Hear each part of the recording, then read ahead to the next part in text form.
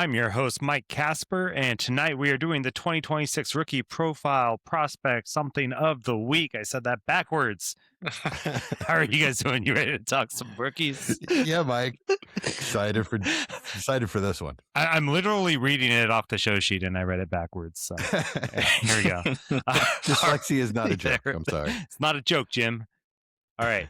So we're going to do Jordyn Tyson tonight. He is a wide receiver from Arizona State, 21 years old, 6'2", 200 pounds. He is in his fourth year of college, though he did spend his second year injured and did not record a stat. This last year, he had 61 receptions for 711 yards and 8 touchdowns. Also had 1 rushing TD.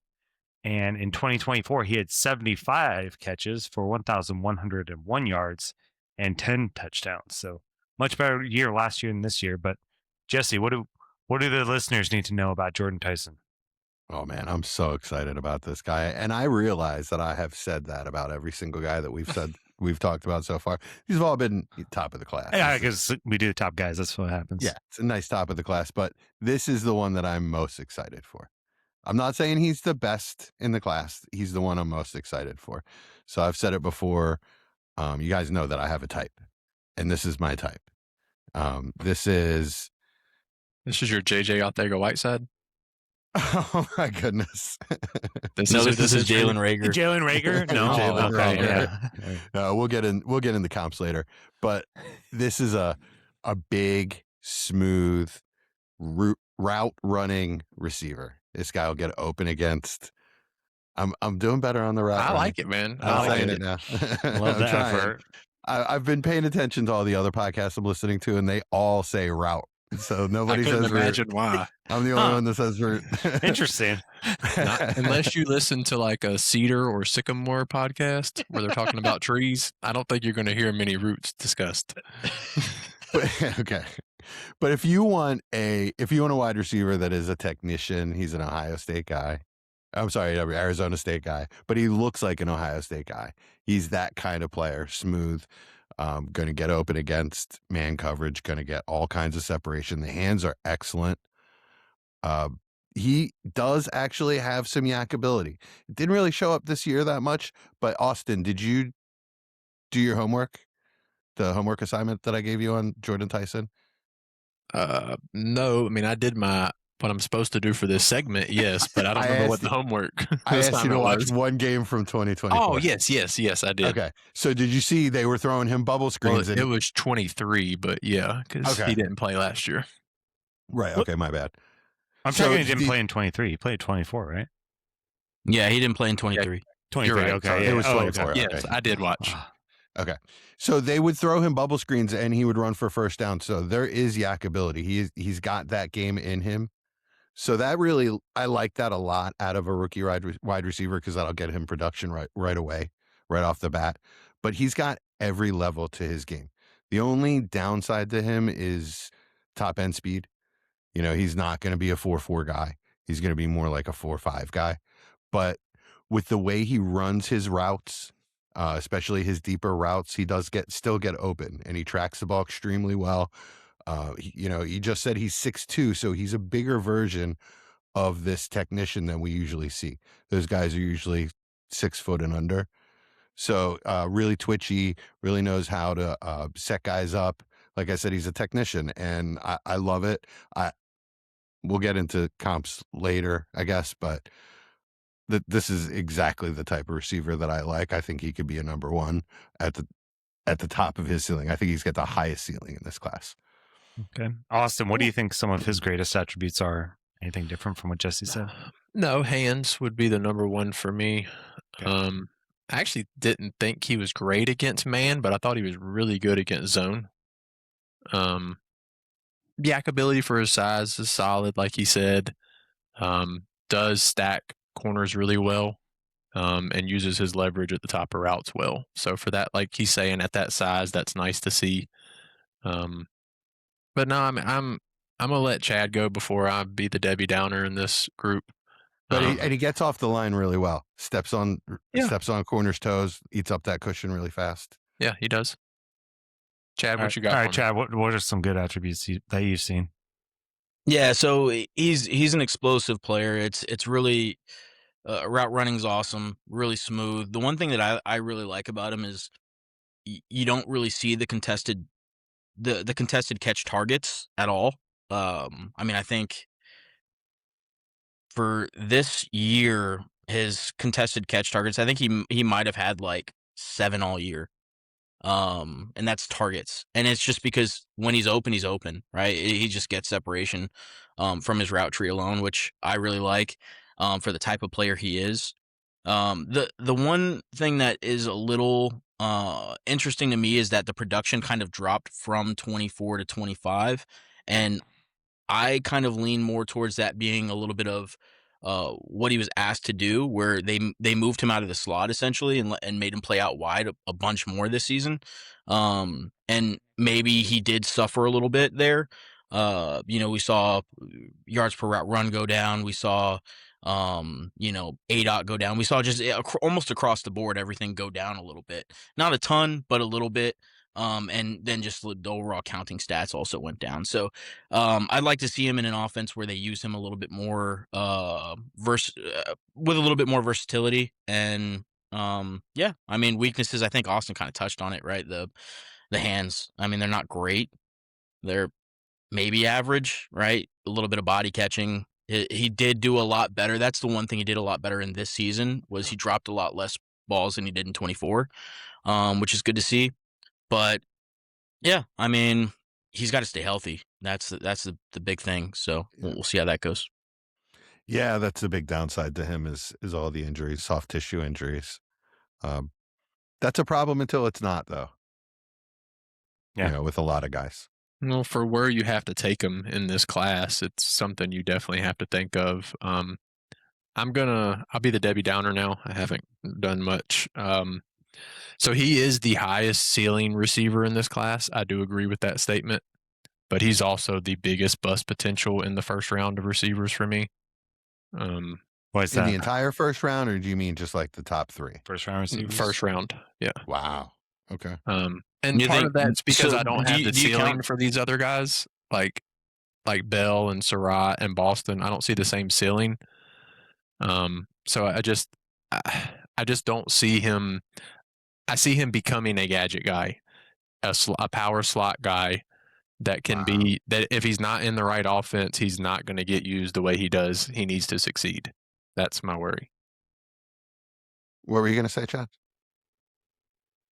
No, I was just gonna say that I was, I guess, just talking about the guys that he kind of mentioned, Surratt, Bell, Boston.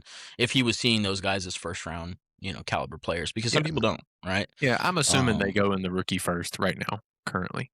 Yeah, and that was a thing too. I didn't know if you were talking about NFL first or rookie first, because I think out of those guys, probably David Boston may be the one that's more likely to go in NFL first round. NFL first. But Denzel. yeah. But yeah, it's tough. I think he's a little bit more versatile than you're probably giving him credit for. But I mean, I can see where you're seeing some deficiencies in his game. I don't know. I mean, I see enough athleticism there to where he's going to be able to play in the NFL at worst as a wide receiver too, a steady wide receiver too. That can be used in multiple different ways. That's just how I see him. And I think that's like the absolute floor. Yeah, so I disagree that he's pigeonholed as a big slot. He can be moved around the formation no problem. I think he can play all over the formation. The downside for him besides injury to me would be like the way Jerry Jeudy didn't translate. I see them as similar types of players. Ugh. Oh man, no, I don't want him. not nearly a route runner. Not nearly. No, not for me at least. Not any game I watched. I mean, he does, like I said, he does good at stacking the corner to get his leverage. But Jerry Jeudy is one of the best route runners in the NFL. He just doesn't have the hands to go with it. Mm-hmm. Yeah, he's probably the best route running profile that I can remember. In the recent. I mean, Amari Cooper would be another one. Like Cooper's route running coming out of college was absurd. Yeah, but Jeudy was so good using his body to fake leverage. To me, Tyson's just a good route runner. Like, yeah, okay. Like I think that's fine. But analytically, he didn't do very good against man, which that size player you would think would succeed against man. Yeah, I didn't look at analytics, but I mean, They're not good against man. My eyes told me that he was just open all the time. I mean, I don't know if teams ran a lot of zone because I agree. Like watching the tape, I felt like he was open quite often. yeah. But looking at the analytics side of things, like it's under 2 yards per route run against man and almost 3 against zone. And I have to tell you that I think Denzel Boston, if we can go back to him for a sec, if you don't talk about bust potential, that's the one for me that scares the crap out of me. I mean, there's a lot outside of the top 3 for me. He's the one that's really huge bust potential because of the speed. Yeah, I'll be curious to see where Tyson does speed wise. Like I brought up the J-Jaw thing kind of as a joke, but they did kind of remind me of each other coming out of college. Really? Yeah. I think Tyson's a better player, but the profiles are similar for me. But J-Jaw didn't actually do anything well coming out of college. Yeah, that's true. I mean, he was a pretty good blocker. Wow. Yeah, I mean, the one thing that I would say is if you're just watching 24, then I think you're seeing a little bit more, or you're getting a little bit more concerned about, is he a player that can play outside of the slot? Is he athletic enough to play outside the slot? In the NFL. But I think this season, even though, like I said, he wasn't as statistically impressive as he was in 24, this season he didn't really play in the slot that much. I think it was below 25%. And he was still able to be a productive, player that looked the part. So yeah, he looked Oh, that's like the part. Real deal outside receiver. Yeah, so that's for me. This season answered a lot of questions. But yeah, for me, it's still just health and in the hands. Who would, if we compare him to last year's class, who would you take Jordyn Tyson ahead of, and maybe who would you take him behind? Thinking last year's rookies. I mean, he's after T-Mac and Hunter for sure. Okay, he's ahead of Hunter. I don't even count Hunter anymore. Yeah. I mean, we did prospect profile. I'm thinking about it as a prospect, not what we've seen 1 year in, and what we've learned 1 year in. You'd have him ahead of Ibuka though. I probably wouldn't because of the injuries. That would terrify me. Just like it does. Yeah, I have him comfortably ahead of Ibuka. Okay. Yeah. But behind Tet, knowing what I know now, as prospects, pretty similar. I might have Tyson a little bit above. Above Tet? Maybe. But pretty similar. I'd probably have him just behind, but like not super far behind. Like if I wouldn't make a strong argument against that. If Tet was coming out this year and somebody took either one of them first, I wouldn't, balk at it. So where do you guys see him going in rookie drafts, and is there maybe a particular landing spot that might get you more excited than another? He's going to go top 5, assuming in rookie drafts, assuming the NFL like his medical's clear. Okay. If his medical's clear, he's going to get like top 10 NFL draft capital. He's likely to get it. Really, in my opinion. Oh wow. Yeah. Interesting. 3 to 6. 3 to 6 in rookie drafts. Okay. Yeah. I see him as bigger JSN. Not quite as smooth. The thing about JSN is he's just so smooth. His head never moves. Like if you picture running at full speed and your head just doesn't move at all, that's the type of smoothness that JSN has. But Tyson isn't quite there, but it's that type of player, and at his ceiling, it would be that type of usage. I personally don't think he's a slow player by any means. Like I think he's going to test fairly well. I know Austin has some doubts about his athletic ability. Well, that was Jesse that said that part. I just think he's more like high 4.4s to 4.5. Oh yeah, that's perfect. Yeah, high 4.4s would be fine. Yeah, I just said he's not a 4.4 burner. That's all. Yeah, I mean, we'll see. He shows flashes of being pretty quick, so I don't know. I'm interested to see how he tests. Yeah, I think his agility drills and adjusted for his height are going to be really good. We'll see what his vertical is, but yeah, we'll see. Well, we say we'll see the testing on these guys, but I don't even know if the top We might guy not. Yeah. even test. So I have to rely on Yeah. pro days. Nice. Anywhere you'd like to see him go, guys, or anywhere you maybe want to see him avoid, especially if you think he's a top 10 NFL draft pick, Chad? Chad, would you like to see him on the Giants? I wouldn't mind it.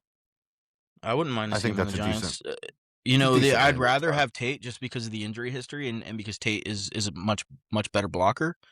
You know, it might sound rudimentary, but you know, when you have Malik Neighbors on the other side, you need somebody that can do a little bit extra. But you know, Jordyn Tyson, I think he's going to be fine wherever he ends up. I would really, really, really like Kansas City. And it's so easy to say that about so many different players, but I think he's a perfect fit for that kind of offense. Which is why I think he would be good in New York as well, because they're going to run a similar offense to Kansas City. You know, other than that, maybe Tennessee. I like another guy more for New Orleans, so I probably wouldn't go there, but that's kind of the teams that I like personally. Who do you like more for New Orleans? For New Orleans, I like Tate a lot.